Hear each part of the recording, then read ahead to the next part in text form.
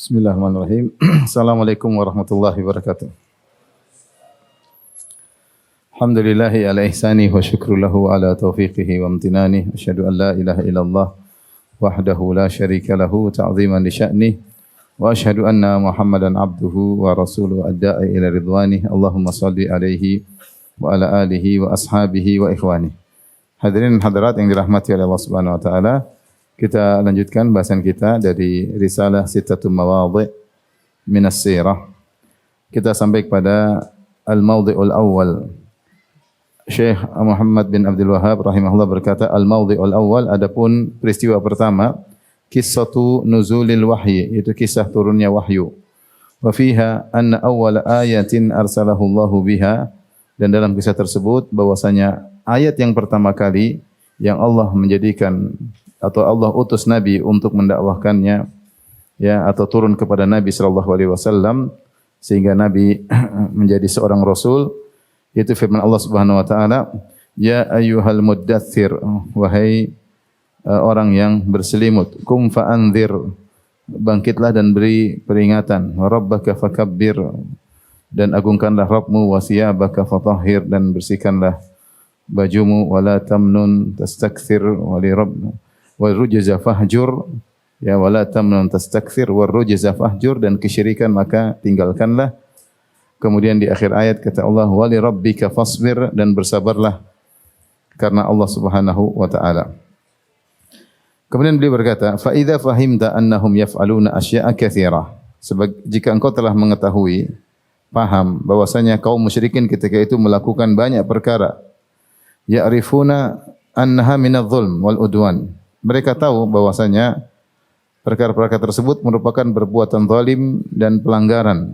Mithlu zina, seperti zina. Wa arafta aidan annahum yaf'aluna syai'an minal ibadah. Dan engkau juga mengetahui bahwasanya mereka kaum musyrikin juga melakukan sebagian perkara ibadah. Yataqarrabuna biha ila Allah. Dengan ibadah tersebut mereka bertaqarrub, mendekatkan diri kepada Allah. Mithlul hajj, seperti haji, wal umrah, was-sadaqah 'alal masakin, sedekah terhadap orang-orang miskin, wal ihsan ilaihim, dan berbuat baik kepada orang-orang miskin, wa ghairi dzalik, dan ibadah-ibadah yang lainnya. Wa ajalluha indahum asyirk, dan ibadah yang paling agung di sisi mereka untuk mendekatkan diri mereka kepada Allah adalah kesyirikan. Fa huwa ajallu ma yataqarrabuna bihi ila Allah indahum. Syirik adalah perkara yang paling agung yang mereka lakukan untuk mendekatkan diri mereka kepada Allah. Kama dzakarallahu anhum annahum qalu, sebagaimana Allah bercerita tentang mereka bahwasanya mereka berkata, ma na'buduhum illa liyuqarribuna ila Allahi zulfa. Tidaklah kami menyembah mereka kecuali agar sembahan-sembahan kami itu mendekatkan kami kepada Allah dengan sedekat-dekatnya. Wa yaqulun, dan mereka juga ketika melakukan kesyirikan mereka berkata, haula'i syufa'auna 'indallah. Mereka itu adalah pemberi syafaat bagi kami di sisi Allah. Wa qala ta'ala, dan Allah berfirman tentang mereka, innahum ittakhadhus syayatin awliya'a min dunillah. Sungguhnya mereka menjadikan setan-setan sebagai wali-wali mereka selain Allah. Wa yahsabuna annahum muhtadun, dan mereka menyangka mereka di atas hidayah. Kita lanjutkan. Kemudian Syekh berkata, fa awwalu ma amarahu Allahu bihi al-indzar anhu. Dan yang pertama kali Allah perintahkan untuk diperingatkan agar Rasulullah memberi peringatan kepada umat qablal indzar aniz zina was-sariqati wa ghairihima. Sebelum Allah menyuruh Nabi untuk memberi peringatan akan bahaya zina, mencuri, dan maksiat-maksiat yang lainnya, ya, yaitu Rasulullah disuruh untuk memperingatkan akan kesyirikan, mengingatkan umat untuk meninggalkan kesyirikan. Itu dalam firman Allah, warrujza fahjur, dan kesyirikan tinggalkanlah. Wa arafta anna minhum man ta'allaqa 'alal asnam, dan kau tahu bahwasanya di antara mereka ada yang bergantung kepada berhala-berhala. Wa minhum man ta'allaqa 'alal malaikah, dan di antara mereka ada yang bergantung pada para malaikat. Wa 'alal auliya, di antara mereka ada yang beribadah kepada wali-wali min bani Adam, dari kalangan bani Adam. Wa yaqulun, dan mereka ketika beribadah kepada wali-wali, kepada malaikat, kepada yang lainnya, mereka berkata, ma nuridu minhum illa syafa'atahum. Tidaklah kami menyembah mereka ini kecuali untuk mendapatkan syafaat dari mereka. Wa ma'a hadza bada'a bil indzar anhu fi awwali ayatin arsalahu Allahu biha. Akan tapi ini semua Rasulullah sallam diperintahkan atau Rasulullah memulai ya di awal ayat yang Allah utus Nabi dalam surat Al-Muddatsir untuk memberikan umat dari kesyirikan yang mereka lakukan. Kemudian beliau berkata, maksudnya sini beliau ingin menjelaskan di zaman ketika Nabi diutus banyak sekali kesyirikan. Banyak sekali perbuatan kemaksiatan, ada zina, ada mencuri, ada lain-lainnya. Dan ada juga syirik dengan berbagai macam modelnya. Namun yang Allah perintahkan ketika itu hanya untuk menjauhi syirik. Allah belum suruh perintah untuk melarang mereka dari zina, dari mencuri, dari yang lainnya. Yang pertama kali Allah menyuruh Nabi untuk melarang mereka dari perbuatan syirik. Fa in ahkamta hadhil mas'alah fa ya busyrak. Jika kau ngerti tentang permasalahan ini, maka kabar gembira buatmu atau kebahagiaan bagimu ya. Kemudian beliau berkata, khususan idza arafta anna ma ba'daha a'dhamu minas salawatil khams ya. Wa lam tufrad illa fi lailatil Isra sanata 10 ba'da hisari Syu'aib wa mauti Abi Talib wa ba'da hijratil Habasyah bi sanatain. Terlebih lagi kau tahu bahwasanya perkara yang paling agung setelah syahadatain adalah salat, dan ternyata salat itu baru diperintahkan untuk dilakukan jauh setelah itu, yaitu pada tahun 10 kenabian. Tahun 10 kenabian, dan itu terjadi ya setelah pengepungan Bani Hashim di Syu'aib Abi Talib, dan setelah wafatnya Abi Talib, dan setelah hijrah ke negeri Habasyah, 2 tahun setelah hijrah ke negeri Habasyah. Fa idza arafta anna tilkal umur al-katsiratal wal adawatal balighah kullu dzalika inda halil mas'alah qabla fardhi salati rajautu an ta'rifal mas'alah. Jika kau ngerti bahwasanya perkara-perkara yang banyak ini yang terjadi, permusuhan yang terjadi, semua itu terjadi karena kesyirikan sebelum ada diwajibkan salat dan yang lainnya, ya, maka aku berharap engkau mengerti masalah ini. Ini masalah penting, luar biasa disampaikan oleh Syekh Abdul Wahab yang menunjukkan akan cerdasnya beliau. Jadi beliau ingin menyampaikan kondisi Nabi, jadi kondisi Arab kaum musyrikin ketika Nabi diutus sallallahu alaihi wasallam. Yaitu ternyata mereka melakukan kemungkaran-kemungkaran.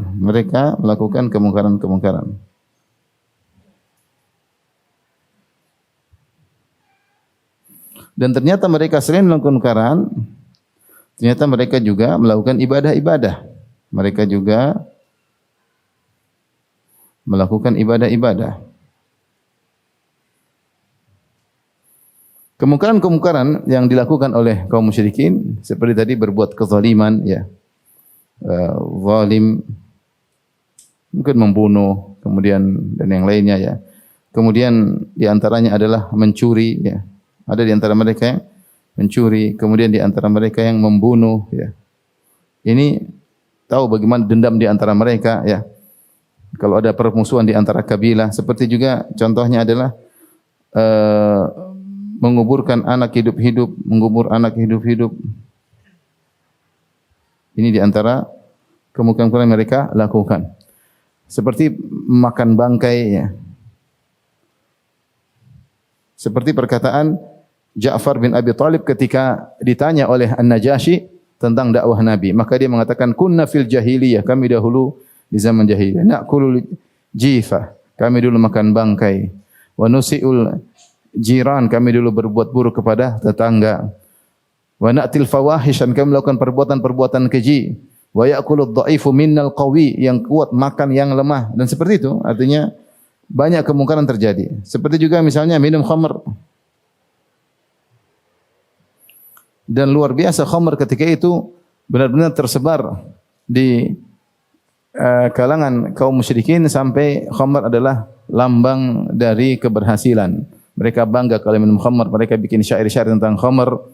Sampai Allah untuk mengharamkan khamr melalui 4 tahapan sebagaimana jelaskan dalam pembahasannya. Dan di antaranya misalnya zina. zina dengan berbagai macam modelnya ya.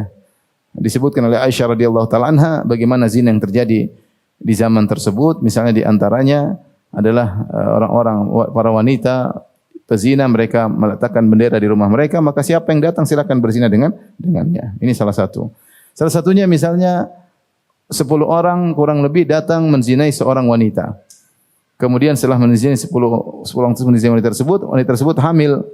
Kemudian ketika hamil dan melahirkan, maka dipanggillah 10 orang tersebut. Lantas sang wanita berhak menunjuk siapa yang jadi bapak. Ya. Pokoknya kamu 10 orang, kamu yang jadi bapak. Dia enggak boleh kabur. Siapa yang dituju jadi bapak, maka harus menjadi bapak dari anak hasil zina tersebut. Ini terjadi di zaman jahiliyah. Di antara juga nikah al-istibdha, yaitu zina seorang lelaki punya istri, kemudian dia ingin istrinya punya anak dari bibit unggul, maka dia bilang, wahai istriku, itu laki-laki tersebut kuat, mungkin cerdas, mungkin bibit unggul, kau ke rumah dia, berzina dengan dia, agar punya janin yang hebat, terus balik ke sini. Ini terjadi. Jadi seorang suami mengirim istrinya untuk dizinai oleh seorang laki yang dianggap memiliki bibit unggul, agar dia punya janin dari laki tersebut, kemudian dinisbahkan kepada dia. Ini perkara luar biasa yang terjadi di zaman itu. Kemungkaran banyak sekali. Tetapi ini semua belum dilarang ketika itu. Yang dilarang cuma warrujza fahjur. Tinggalkanlah apa? Kesyirikan. Taib. Yang berikutnya, selain mereka melakukan kemungkaran, ternyata mereka juga melakukan ibadah-ibadah. Dan ini sangat banyak dalilnya. Macam-macam ibadah yang mereka lakukan, contohnya ya.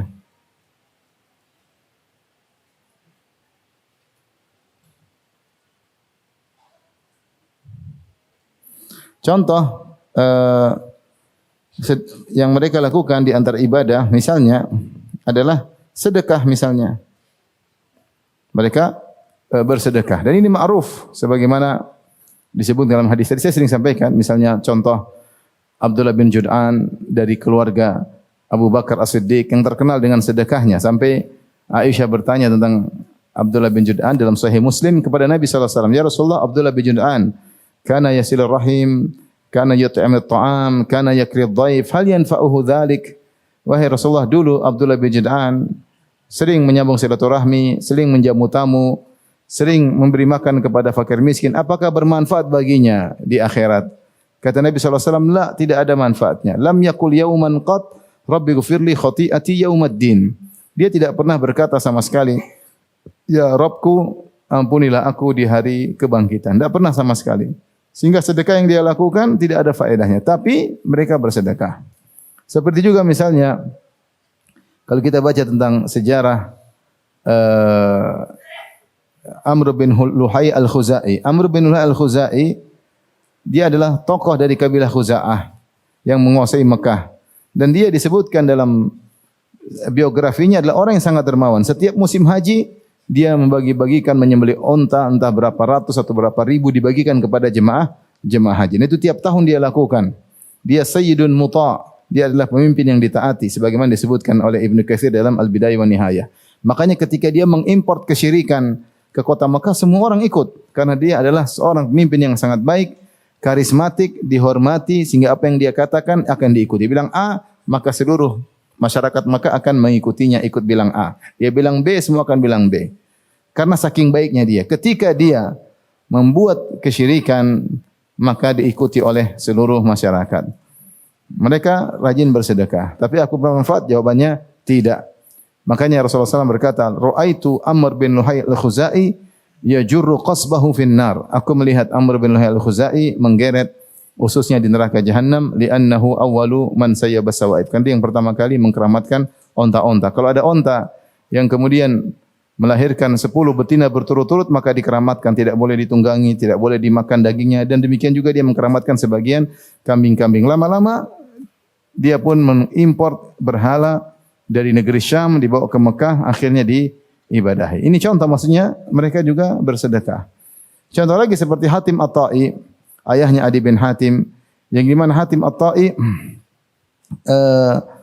ayahnya sangat rajin bersedekah, maka dia bertanya kepada Nabi, "Wahai ya Rasulullah, bagaimana dengan ayahku Hatim?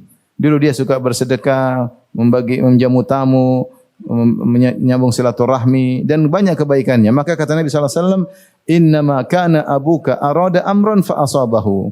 Tidak bermanfaat bagi ayahmu karena ayahmu dulu ketika dia melakukan itu semua dia mencari sesuatu dan dia mendapatkannya. Kata para ulama yaitu az-zikr. Dia ingin dikenang, dia ingin dipuji dan dia mendapatkan pujian tersebut. Sampai sekarang Hatim At-Tai ini yudrabu bihi al-mathal fil jud. Dia selalu dijadikan sebagai contoh tentang kedermawanan orang Arab. Tetapi kedermawanan tidak bermanfaat, sedekah tidak bermanfaat. Kenapa? Karena dia riya. Karena dia apa? Riya. Tapi maksud saya, sedekah mereka lakukan. Ya, tadi contoh saya sebutkan siapa tadi? Abdullah bin Juda'an. Juda'an. Kemudian tadi siapa? Amr bin Luhai Al-Khuzai. Kemudian tadi siapa? Hatim At-Tai. Ini tokoh-tokoh yang sangat dermawan namun tidak ada manfaat bagi mereka. Tapi intinya mereka melakukan ibadah sedekah. Di antara ibadah yang mereka lakukan misalnya nazar. Nazar. Mereka lakukan nazar. Seperti apa? Seperti contoh dalam hadis disebutkan yaitu Al-As bin Wa'il As-Sahmi. Ya. Al-As bin Wa'il As-Sahmi. Siapa ini? Ini bapaknya Amr bin As. Bapaknya Amr bin As radhiyallahu anhu meninggal dalam kondisi musyrik. Amr bin As radhiyallahu anhu pernah datang kepada Nabi. Dia berkata, "Ya Rasulullah, ayahku dahulu bernazar untuk menyembelih 100 ekor onta ketika dia masih hidup. Kemudian dia keburu meninggal sebelum melaksanakan nazarnya. Dan saudaraku sudah memotong 50 ekor onta. Saya ingin melunasi nazar ayah saya. Apakah bermanfaat?" Kata Nabi SAW, "Amma abuka law kana yuqirru bitauhid lanafa'a dzalik." Adapun ayahmu Al-As bin Wa'il As-Sahmi, seandainya dia dulu bertauhid akan bermanfaat kau melaksanakan nazarnya. Akan tapi dia meninggal dalam kondisi tidak bertauhid. Sehingga nazarnya tersebut tidak ada faedahnya. Karena dia meninggal di kesyirikan. Tetapi yang menjadi perhatian kita, mereka juga dulu bernazar. Jadi ada nazar, mereka ibadah nazar. Seperti juga Umar bin Khattab. Umar bin Khattab pernah bertanya kepada Nabi, "Ya Rasulullah, kuntu nadartu fil jahiliyah." Ya Rasul, dulu saya waktu di zaman jahiliyah saya pernah bernazar an a'takifa fi al-Masjidil Haram lailan atau yauman. Ya Rasulullah, saya dulu bernazar waktu masih zaman jahiliyah untuk i'tikaf di Masjidil Haram satu malam atau satu siang atau satu hari. Kata Rasulullah SAW, "Aufi binadrik." Laksanakan nazarmu. Ini dalil bahwasanya mereka juga dulu Umar ketika masih musyrik dia bernazar. Bernazar kepada siapa? Kepada Allah. Kalau dia tidak bernazar, kalau dia bernazar bukan kepada Allah, tentu Rasulullah larang. Karena nazar syirik tidak boleh dikerjakan. Karena nazar syirik tidak boleh dikerjakan. Menunjukkan Umar bin Khattab nazarnya kepada Allah. Dan Rasulullah SAW mengatakan, lakukan nazarmu. Di antara ibadah yang mereka lakukan juga, tadi kita sudah singgung i'tikaf. Ya, i'tikaf ma'ruf bahwasanya ibadah i'tikaf ya lit-ta'ifina wal-'akifina war-ruk'i sujud. Bahwasanya Nabi Ibrahim dan Ismail disuruh membersihkan Baitullah Ka'bah untuk apa? Lil-'akifina ya. Di antara untuk orang yang tawaf dan al-'akifin yaitu orang yang i'tikaf. War-ruk'i sujud dan untuk orang-orang salat di situ. Jadi ibadah i'tikaf ibadah yang ma'ruf dari zaman jahiliyah. Oleh karenanya tadi Umar ketika masih musyrik nazar untuk i'tikaf. Umar tadi ketika masih musyrik bernazar untuk i'tikaf.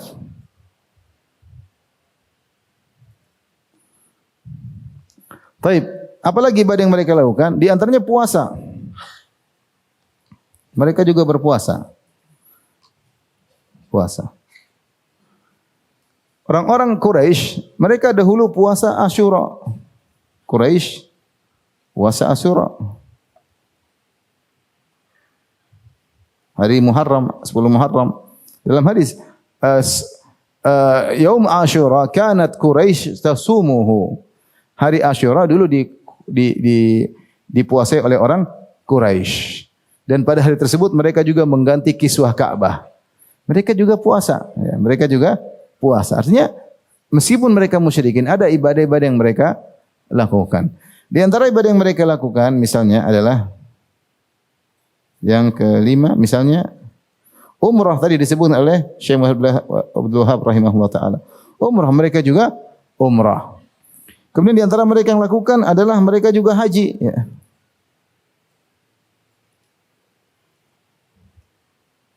Mereka juga haji, ya. Makanya kalau kita baca sirah, Rasulullah sallallahu alaihi wasallam sebelum berhijrah ke Mekah, setiap musim haji beliau pergi ke Mina berdakwah. Beliau pergi ke Mina berdakwah. Kenapa? Karena jamaah haji banyak yang datang. Musyrikin banyak yang berhaji. Makanya Rasulullah SAW mengatakan ketika dia dilarang berdakwah oleh kaum Quraisy, dia berkata, "Hal min rajulin yahmiluni ila qaumihi fa inna Quraisyan mana'uni an uballigha kalama Rabbi." Adakah seorang yang bawa aku kepada sukunya mumpung musim haji?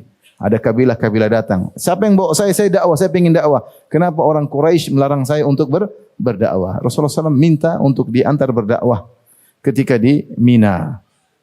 Ya, karenanya para ulama khilaf, apakah Nabi SAW berhaji ketika sudah jadi Nabi? Kondisi haji Nabi SAW 3 kondisi. Rasulullah SAW sebelum diangkat menjadi seorang Nabi pernah berhaji. Dengan kesepakatan ulama, karena ada hadis menunjukkan Rasulullah SAW di masa muda ketika belum diangkat menjadi seorang Nabi, dia pernah berhaji. Hanya saja ketika dia berhaji, dia tidak mengikuti kebiasaan orang-orang Quraisy. Orang-orang Quraisy ketika wukuf di Arafah, mereka wukufnya bukan di Arafah tapi wukufnya di Muzdalifah. Di Muzdalifah. Adapun Nabi SAW wukufnya di Arafah. Sehingga orang-orang heran, kenapa ada orang Quraisy di sini kok ikut wukuf bersama orang-orang Arab yang lain wukuf di Arafah, sementara kabilahnya, suku Quraisy tidak ada yang wukuf di padang Arafah. Jadi Nabi sebelum haji, sebelum diangkat menjadi seorang Nabi pernah berhaji. Berapa kali wallahu alam, tapi dalil menunjukkan beliau pernah berhaji. Nah, ketika Nabi di Mekah, sejak tahun pertama kenabian sampai tahun 13 kenabian, apakah Rasulullah pernah berhaji? Tidak ada dalil yang menyebutkan. Tetapi Rasulullah berdakwah di Mina. Dakwah datang ke Mina, mendakwahi para jamaah haji Rasulullah melakukan. Paham? Kemudian fase yang ketiga, ketika Rasulullah SAW berhijrah dari Mekah menuju Madinah sampai beliau wafat, beliau cuma haji sekali. Namanya Hajjatul Wada. Hajjatul Wada itu haji perpisahan yang beliau lakukan pada tahun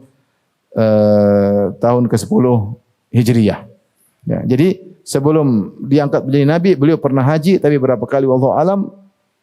Ketika tahun pertama kenabian diangkat menjadi sampai tahun 13 kenabian selama di Mekah, Rasulullah pernah berhaji atau tidak, khilaf di kalangan para ulama. Namun para ulama sepakat Nabi SAW berdakwah di Mina. Apakah ketika berdakwah di Mina sambil hajian atau tidak? Wallahu alam. Yang ketiga, setelah beliau berpindah ke Madinah setelah berhijrah, maka beliau cuma haji sekali, namanya Hajjatul Wada. Tapi saya ingin memberi gambaran bahwasanya orang-orang musyrikin juga mereka berhaji. Hanya saja haji mereka tercampur dengan bid'ah dan syirik. Ya. Hanya saja tercampur dengan bid'ah dan syirik. Mereka rubah-rubah, mereka modifikasi sehingga ada bid'ah dan syirik. Adapun bid'ah yang mereka lakukan, di antaranya tawaf sambil telanjang. Tawaf sambil telanjang. Sehingga turunlah firman Allah Subhanahu wa taala, "Ya bani Adam, khudhu zinatakum inda kulli masjidin wa kulu washrabu." Wahai anak-anak Adam, pakailah pakaian kalian ketika di rumah Allah, di Ka'bah.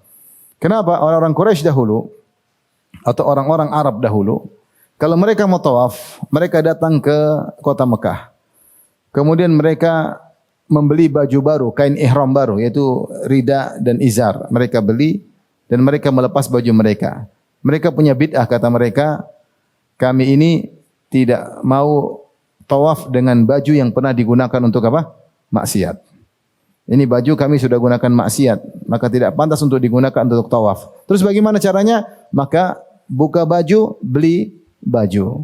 Kalau enggak punya duit, pinjam baju dari bajunya orang Quraisy. Kalau tidak dapat dua-duanya, tidak bisa beli baju baru, tidak bisa pinjam dari Quraisy, tawaf telanjang.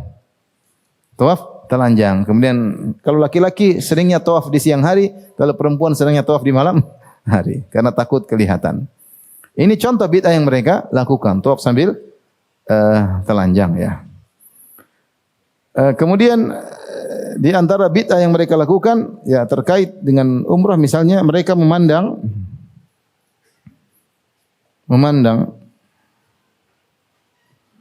umrah ya di bulan haji adalah dosa besar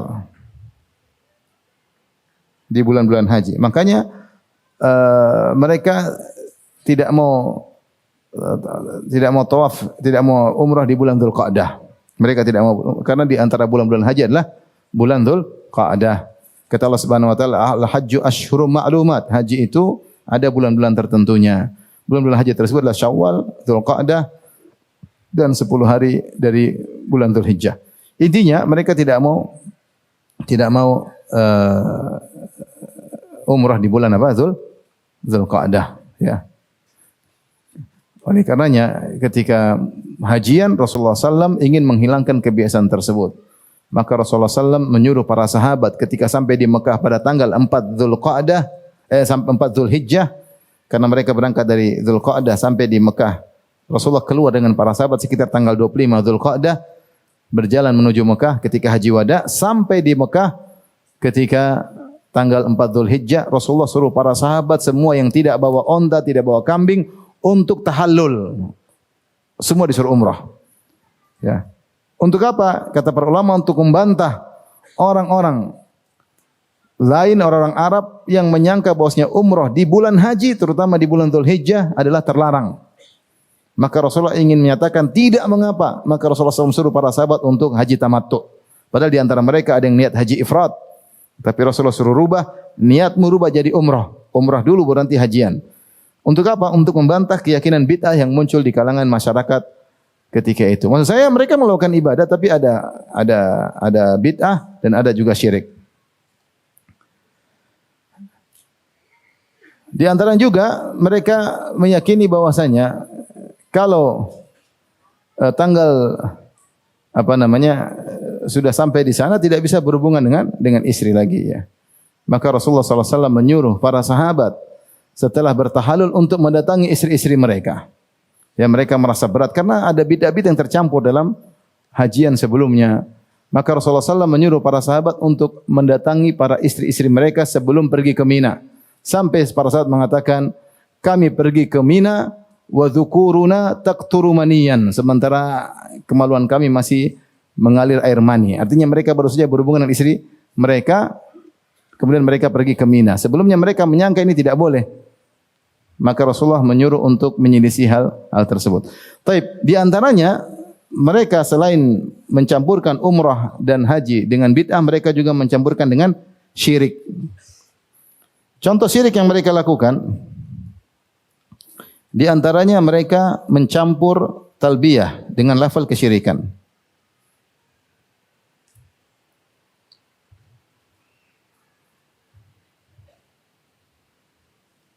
Saya menjelaskan ini semua agar kita tahu bahwasanya jangan disangka orang Quraisy tidak beribadah, mereka juga beribadah. Rasulullah SAW ketika di Ka'bah kemudian tawaf, maka beliau mendengar orang-orang musyrikin sedang tawaf juga. Kemudian bertalbiyah, labbaik Allahumma labbaik, labbaik la syarika laka labbaik.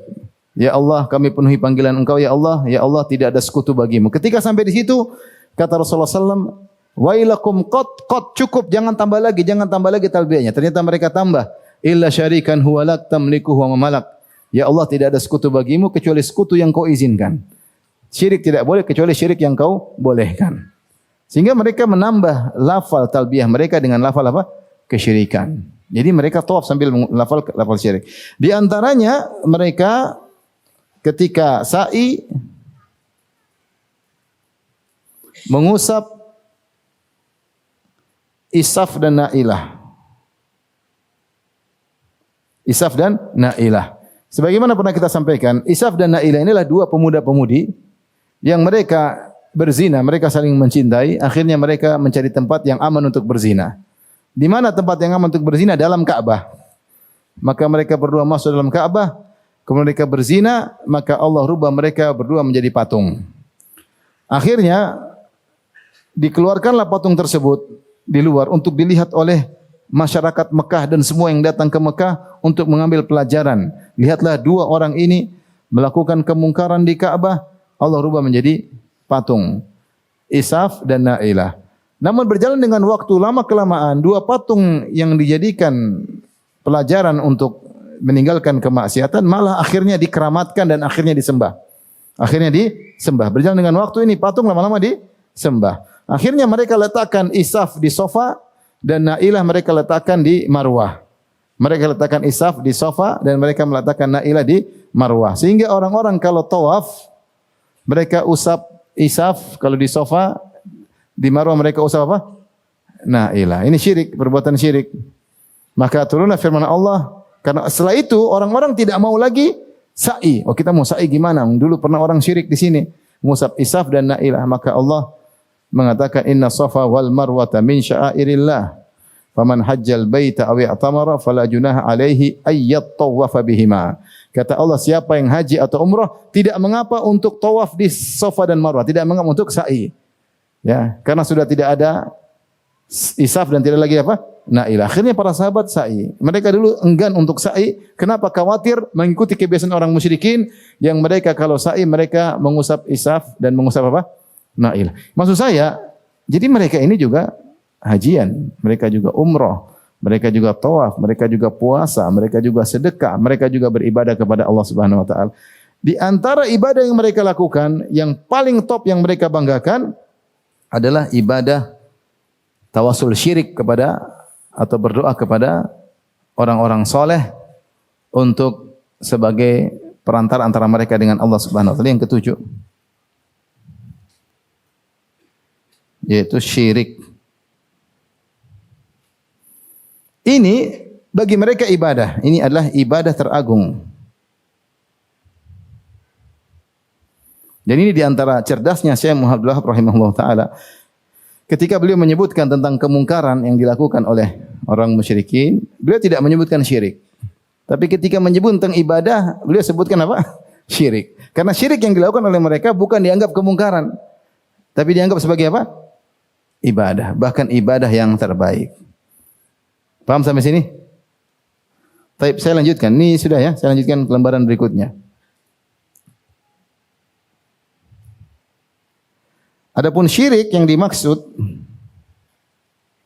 adalah menyembah atau ibadah, menyembah atau ibadah atau berdoa kepada selain Allah, kepada orang-orang soleh untuk mendekatkan kepada Allah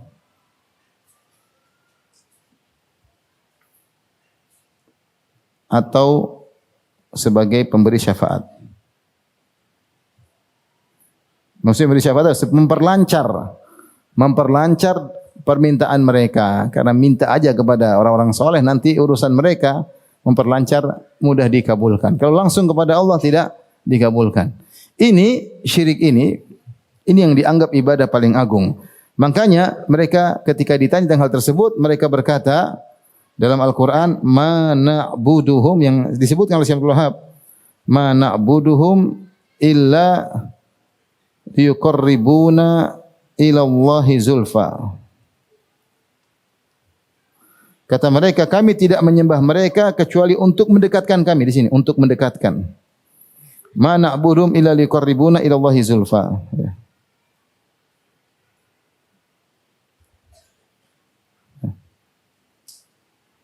Untuk mendekatkan, ini dalilnya. Kami tidak beribadah kepada mereka kecuali untuk mendekatkan. Jadi tujuan mereka untuk mendekatkan mereka kepada Allah. Jadi mereka tunduk, mereka nangis, mereka minta kepada sembahan-sembahan tersebut. Tujuannya untuk dekat kepada Allah. Dengan cara ini mereka semakin dekat kepada Allah. Maka mereka menganggap syirik inilah ibadah yang terbaik. Kemudian tujuan yang kedua adalah untuk memberi syafaat. Ini yang kedua, agar urusan mereka mudah di dunia. Allah sebutkan tentang perkataan mereka ketika ditanya, kata mereka, haula'i syufa'auna indallah. Mereka itu adalah pemberi syafaat-syafaat bagi kami di sisi Allah. Itu tujuan mereka beribadah. Maka syirik ini bukan kemungkaran di mata mereka. Inilah ibadah yang paling top, yang paling mereka andalkan. Apa yang mereka sembah? Syekh Abdul Wahab menyebutkan. Apa saja yang mereka sembah?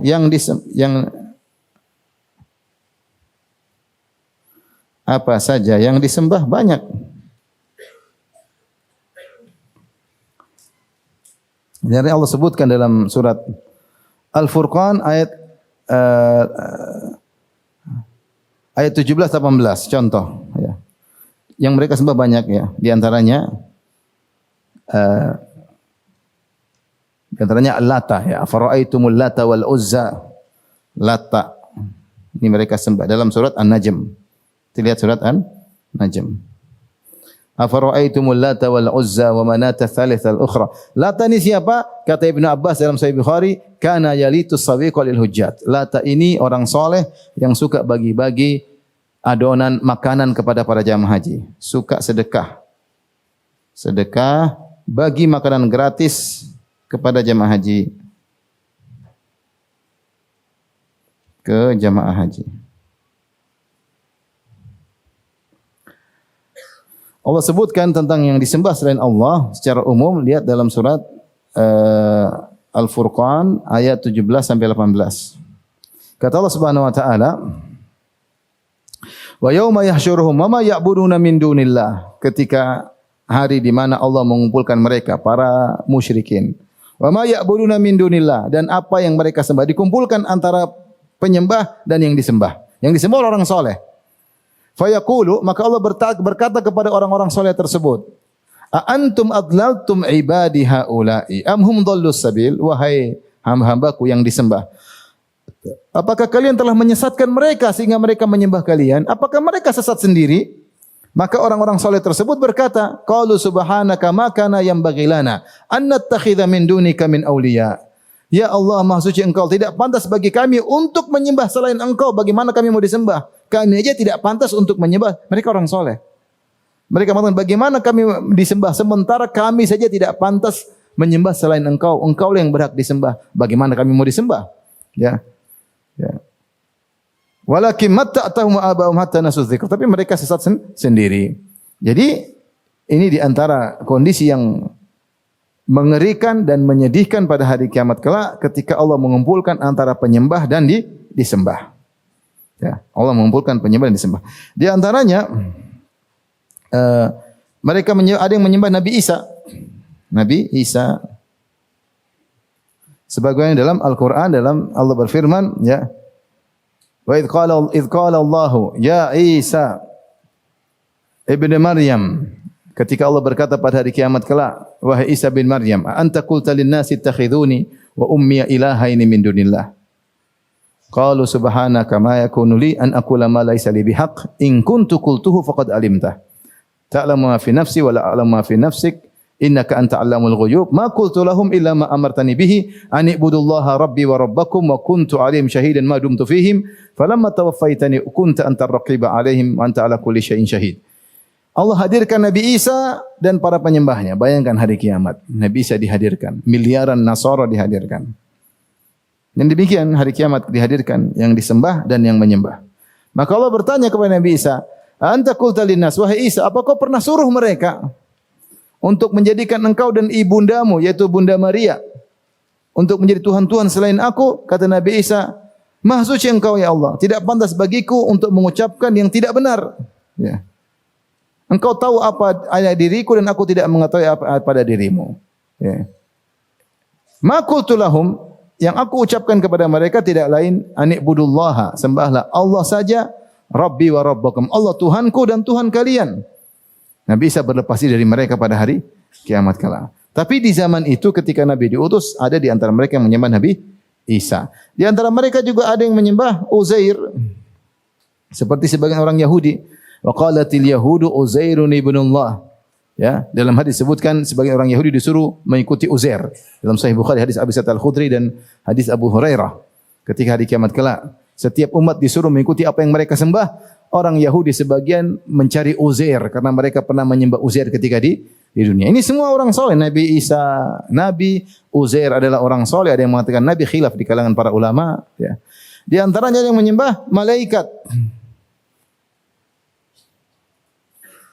Allah berfirman dalam Al-Quran, ya, kata Allah Subhanahu Wa Taala, wa yauma nahsyurum jami'an, thumma naqulu lil malaikati. Ketika hari kami kumpulkan mereka semua, lalu kami berkata kepada malaikat, aha ulai iyyakum kanu ya'budun, wahai malaikat, apakah mereka ini dulu menyembah kalian ketika di dunia? Jadi mereka merasa menyembah malaikat. Maka malaikat berlepas diri, malaikat berkata, qalu subhanaka anta waliyuna min dunihim bal kanu ya'budunal jinna aktsaruhum bihim mu'minun. Kata para malaikat, subhana maha suci engkau ya Allah, mereka tidak pernah menyembah kami. Yang mereka sembah dulu adalah jin dan kebanyakan mereka beriman kepada jin. Ini dalil bahwasanya jin-jin banyak ngaku sebagai malaikat. Menampilkan diri sebagai makhluk yang saleh, akhirnya disembah, memenuhi kebutuhan mereka, akhirnya disembah. Jadi yang disembah orang-orang saleh. Ada Lata, ada Nabi Isa, ada Uzair, ada malaikat. Dan mereka mengatakan malaikat putri-putri Allah. Ya. Dan ini semua ya menunjukkan bahwasanya sembahan mereka adalah malaikat. Adapun patung-patung yang mereka sembah,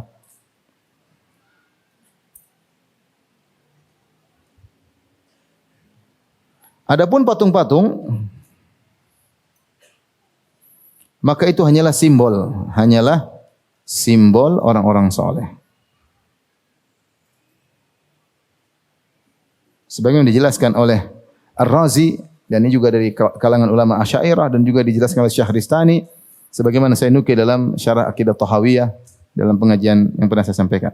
Jadi patung-patung yang mereka sembah itu hanyalah simbol. Simbol ini bosnya simbolnya Lata. Seperti Lata ketika dia meninggal, maka dibangunlah patung di atas kuburannya, lama akhir disembah. Ini semua adalah ibadah yang teragung. Ibadah yang teragung di sisi mereka.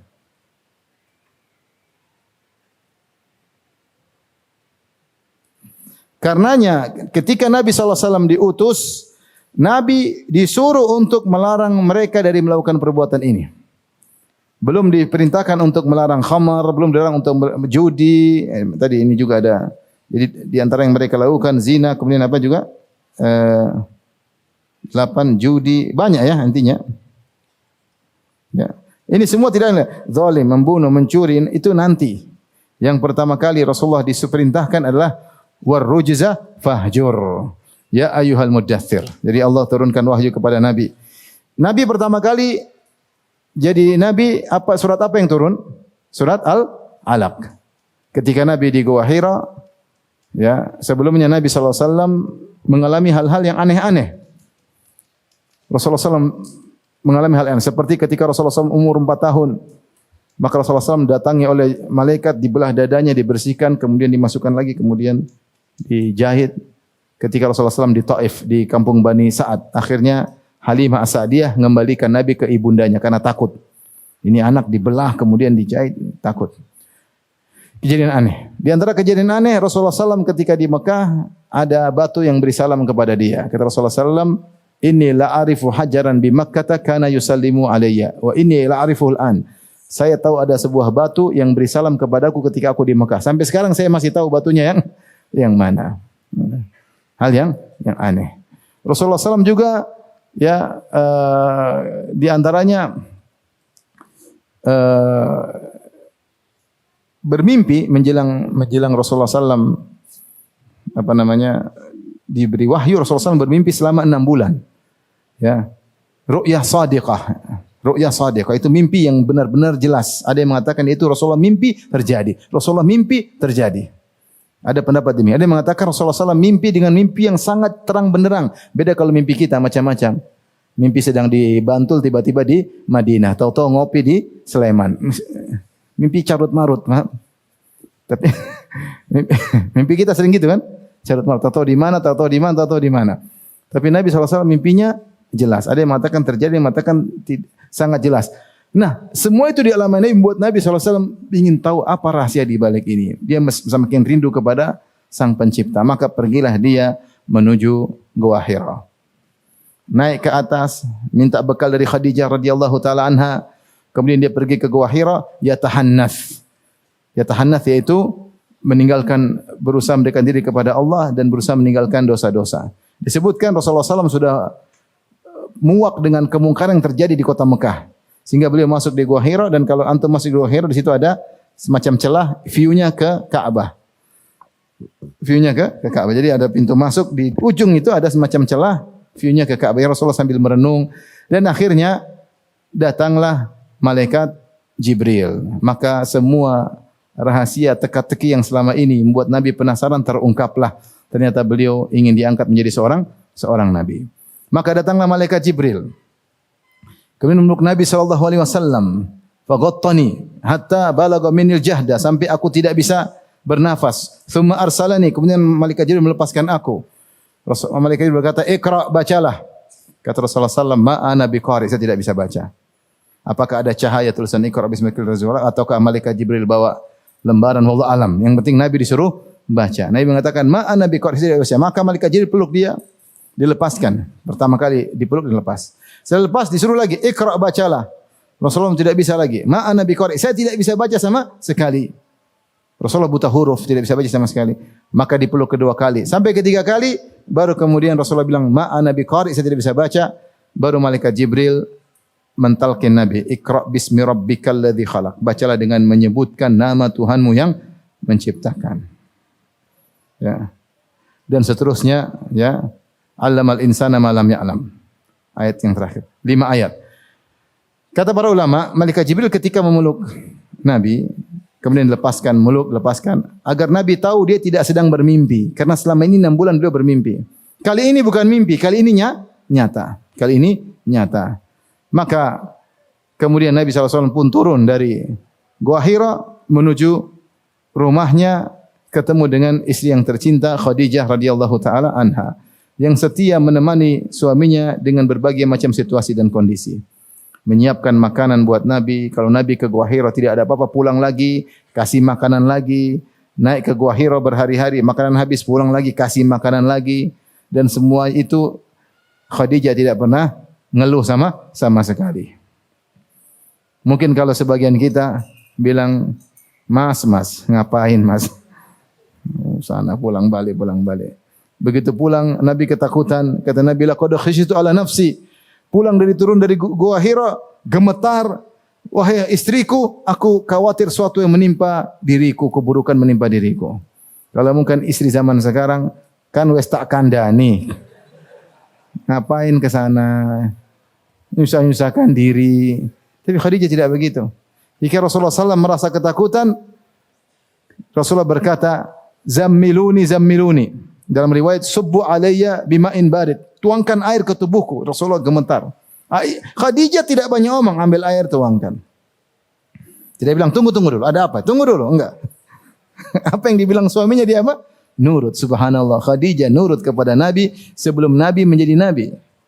Bagaimana lagi setelah dia tahu suaminya sebagai seorang apa? Nabi. Ketika suami mengatakan, "Tuangkan air kepadaku," Khadijah lakukan. Nabi berkata, "Zammiluni, selimuti aku. Dathiruni, selimuti aku." Dia langsung ambil selimutan kepada suaminya. Sampai suaminya tenang, baru suaminya ngomong di luar. Ya. Kata Nabi SAW, "Laqad khasyitu ala nafsi." Sungguh aku khawatir keburukan menimpa diriku. Nabi SAW berkata kepada istrinya, "Zammiluni." Dan riwayat dathiruni, pakaikan aku selimut. Ya. Setelah itu wahyu terputus, Rasulullah SAW merindu. Ya. Ternyata rahasia yang selama ini dia bertanya-tanya terungkap. Allah mengenalkan dirinya. "Iqra bismi rabbikal ladzi khalaq. Khalaqal insana min 'alaq. Iqra wa rabbukal akram." Ya. "Alladzi 'allama bil qalam, 'allamal insana ma lam ya'lam." Sebutlah dengan membaca nama Tuhanmu, ya, yang telah menciptakan manusia dari al-alaq. Ya. "Iqra wa rabbukal akram." Bacalah, sungguhnya Rabbmu maha baik. maha mulia, maha baik kepada hamba-hambanya. Jadi mendengar ucapan tersebut, Rasulullah ada kebahagiaan yang dirasakan. Makanya ketika terputus wahyu sebentar, Rasulullah SAW gelisah. Rindu ingin lagi dengar ayat-ayat tersebut. Sampai akhirnya Allah turunkan surat Al-Muddathir. Ketika Rasulullah SAW sedang berselimut, turun firman Allah, ya ayyuhal muddathir. Wahai orang yang sedang berselimut. Kum fa'anzir. Bangkitlah dan beri peringatan. Kata para ulama, nubbi'a Muhammadun bi Iqra. Rasulullah SAW diangkat menjadi seorang nabi dengan Iqra bismi rabbikal ladzi khalaq, dan ursila bi ayyuhal muddathir, dan beliau diangkat menjadi seorang rasul, disuruh untuk berdakwah setelah ketika turun ya ayyuhal muddathir. Ketika turun Iqra bismi rabbikal ladzi khalaq, nabi belum disuruh untuk berdakwah. Maka dia pun hanya diangkat menjadi seorang nabi. Ketika kum fa'anzir, maka beliau diperintahkan untuk berdakwah. Apa yang disuruh Nabi untuk fa'anzir? Kum fa'anzir, wa rabbaka fakabbir, wa thiyabaka fatahhir, war rujza fahjur. Ini dia. Bersihkanlah bajumu, ada yang mengatakan bersihkanlah akhlakmu, war rujza fahjur, dan ar-rujz maksudnya adalah berhala-berhala, tinggalkanlah. Mulailah Rasulullah SAW saat itu mendakwahkan tentang tauhid, memperingatkan umat dari kesyirikan. Dan berjalan hal tersebut dari tahun pertama kenabian sampai tahun ke-10 kenabian. Dan banyak peristiwa yang dilewati oleh Nabi SAW. Ada hijrah ke negeri Habasyah, kemudian sampai 2 kali. Ada pemboikotan dari sekitar tahun ke-7 kenabian sampai tahun ke-10 kenabian. Setelah tahun ke-10 kenabian atau tahun ke-11 setengah kenabian, baru kemudian disyariatkan apa? Salat. Disyariatkan salat.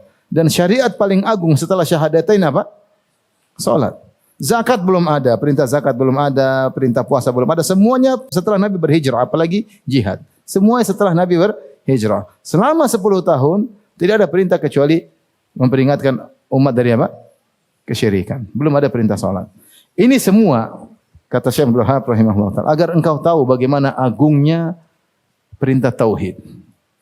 Bahkan itu yang diperintahkan sampai 10 tahun belum ada perintah yang lain. Agar kita tahu, jangan kita meremehkan tentang dakwah tauhid. Ini dakwah yang Nabi SAW geluti sebelum ada perintah-perintah yang lain. Sebelum melarang khamar, sebelum melarang judi, sebelum melarang zina, belum ada ayat tentang itu ketika itu. Rasulullah diperintahkan untuk memperingatkan umat dari bahaya kesyirikan. Ini yang beliau mengatakan, semoga engkau paham bahwasanya kalau kita perhatikan tentang kisah turunnya wahyu sama perjalanan Nabi, kita tahu bahwasanya perintah tentang tauhid dan melarang kesyirikan adalah perintah yang sangat besar. Di antara kesalahan sebagian orang, mereka mengatakan bahwasanya Nabi selama di Mekah hanya akidah. Ya, ketika di Madinah fikih yang turun. Ini belum lengkap. Sebenarnya Nabi di Mekah tentang akidah banyak, ya. Di antaranya tentang larangan terhadap kesyirikan. Ya. Dan ketika di Madinah, akidah masih terus berlanjut, tapi diselingi dengan berbagai macam hukum-hukum apa? Fikih. Makanya Nabi sebelum meninggal dunia, beliau berkata, "La'natullah 'alal yahudi wan nasara ittakhadhu qubur anbiya'ihim masajida." Allah melaknat Yahudi Nasrani ketika Nabi mau meninggal, dia mengatakan Allah melaknat Yahudi Nasrani, mereka menjadikan kuburan-kuburan Nabi mereka sebagai masjid-masjid. Ini namanya akidah terus ada di hati Nabi SAW. Kapan ada kesempatan orang melakukan kesalahan, Rasulullah SAW mengingatkan tentang apa? Akidah. Tetapi ketika di Madinah, perintah tentang akidah, tauhid diselingi dengan hukum-hukum fikih yang lain. Berbeda ketika di Mekah fokus akidah. Oleh karenanya sebagian ulama ketika berbicara tentang kisah Nabi Nuh alaihissalam yang berdakwah 950 tahun, sebagian ulama berpendapat tidak ada syariat ketika itu, yang ada cuma suruh tauhid. Nabi Nuh selama 950 tahun hanya ngomong tauhid. Tidak ada bicara zakat, tidak ada bicara puasa, dia bicara tentang apa? Tauhid. 950 tahun bahkan belum ada syariat yang diturunkan. Ini kata kalau tidak salah diisyaratkan oleh Tahir bin Ashur dalam kitabnya Tahrir wa At-Tanwir. Dari sini ikhwan, sungguhnya meninggalkan segala bentuk kesyirikan adalah intisari daripada dakwah Nabi Muhammad sallallahu alaihi wasallam. Dari sini juga kita tahu bahwasanya ternyata kaum musyrikin meskipun mereka musyrik, mereka juga beribadah kepada Allah. Hanya saja ibadah mereka dibangun di atas apa? Kesyirikan. Jangan disangka mereka tidak beribadah, mereka mengenal Allah. Ini semua kenapa? Karena semua Quraisy kembali kepada Nabi Ismail bin Ibrahim. Semua Quraisy Nenek moyang mereka adalah Ismail dan Ibrahim, dan yang bangun Ka'bah adalah Ismail dan Ibrahim, sehingga mereka mengagungkan warisan peninggalan nenek moyang mereka. Hanya saja mereka terjerumus dalam praktek-praktek kesyirikan. Wallahu ta'ala alam bisawab. Ini saja yang bisa saya sampaikan tentang al-maudhi'ul awal, peristiwa yang pertama, yang intinya untuk menekankan bahwasanya dakwah tentang tauhid dan melarang kesyirikan adalah intisari dakwah Nabi, dan bahkan Nabi sempat sekitar 10 tahun fokus untuk itu saja sebelum diturunkan perintah-perintah yang lainnya. Wallahu ta'ala alam bisawab. Demikian saja kajian kita. Subhanakallah bihamdik asyhadu an la ilaha illa anta astaghfiruka wa atubu ilaik. Assalamualaikum warahmatullahi wabarakatuh.